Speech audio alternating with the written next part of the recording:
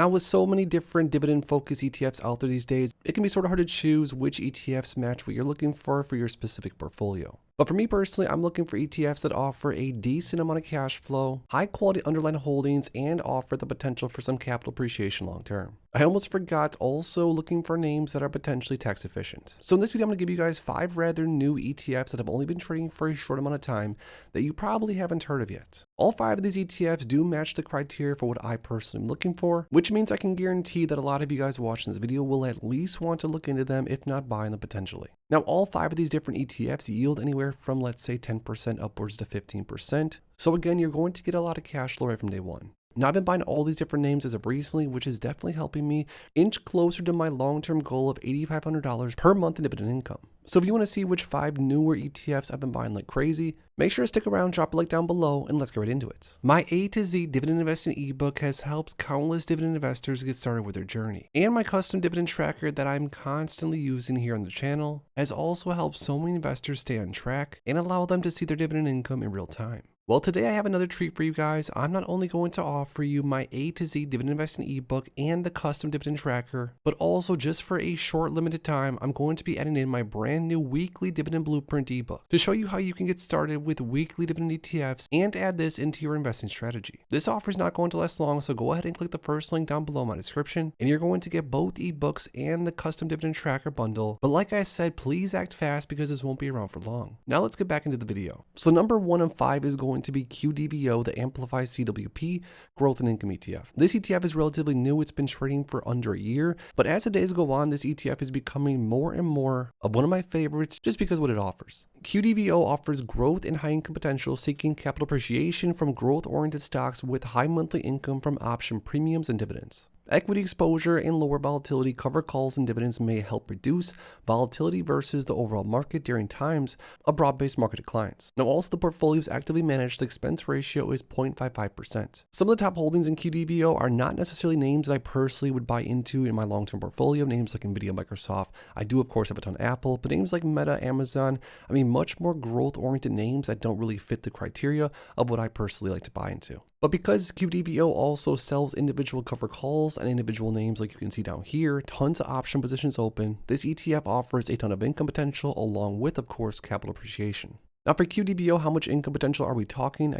So far since 2025, we're talking around 20 cents per share per month or more or less, which is giving QDBO as of right now a distribution rate of around 11%. Now again, because QDBO offers exposure to high quality names, offers a nice amount of yield starting off, and definitely offers the potential for capital appreciation, QDBO is definitely on my daily buy list. I've been buying this one like crazy as of recent. Another ETF that's relatively new and that I also have been buying a lot more as of recently, especially with all the hype around Bitcoin and me finally biting the bullet and grabbing some. I've been buying a ton of BTCI, the NEOS Bitcoin High Income ETF, which of course is brought to us by NEOS, the same exact provider as some of my other favorite and larger positions like SPYI or QQQI. Now this ETF is pretty straightforward. It says the fund seeks to distribute monthly income generated from writing call options on Bitcoin future ETFs, which as we know, Bitcoin is pretty volatile, which means there's probably going to be some pretty juicy options. Now we're talking around 27-28% distribution rate. So again, based off of that, you're looking at a ton of cash flow even with a small amount of money invested. It also says actively managed by NEOS, the fund seeks to offer upside potential via efficient exposure to Bitcoin ETPs. And lastly, the fund implements a data-driven call option strategy, saving investors the time and potential expenses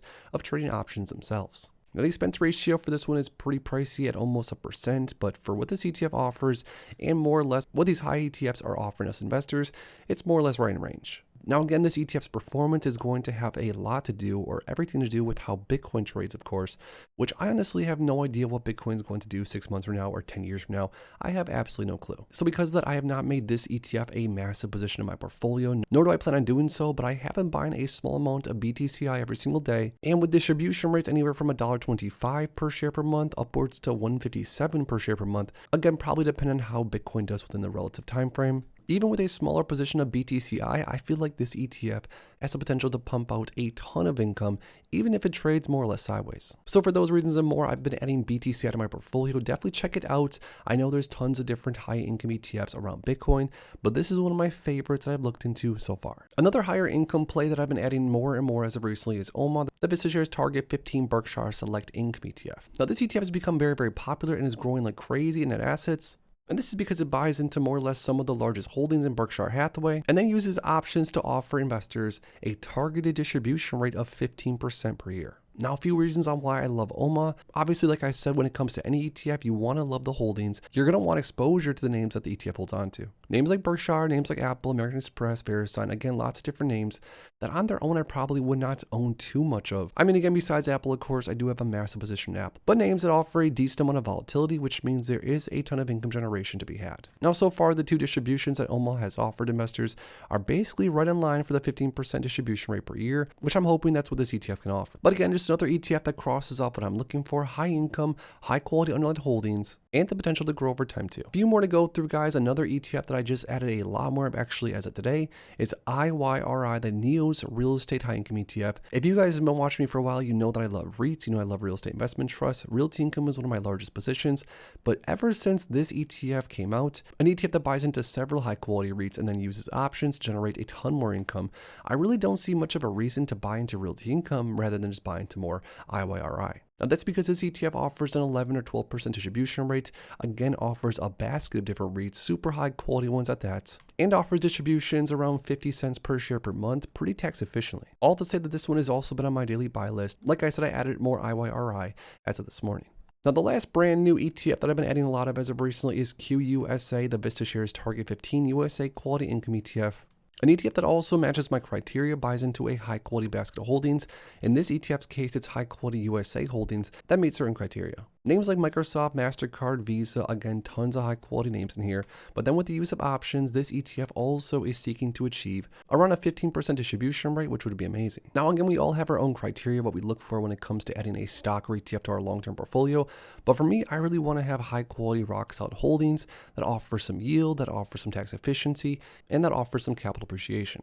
So for that reason, QUSA is also on my daily buy list. I added a few shares as of recent. So there we have it, guys. Those are 5 different ETFs that are relatively new, a little bit less talked about, and ETFs that I have been adding a lot more of into my portfolio as of recent. Now, out of all 5 of the ones we went through, if I had to ask you to pick your absolute favorite, which one would you pick and why? Let me know in the comments down below. If you enjoyed this video, make sure to please drop a like on it and subscribe for more future content like this. Thanks as always for stopping by, and if you are interested in investing, make sure to check out these recent videos I posted right here.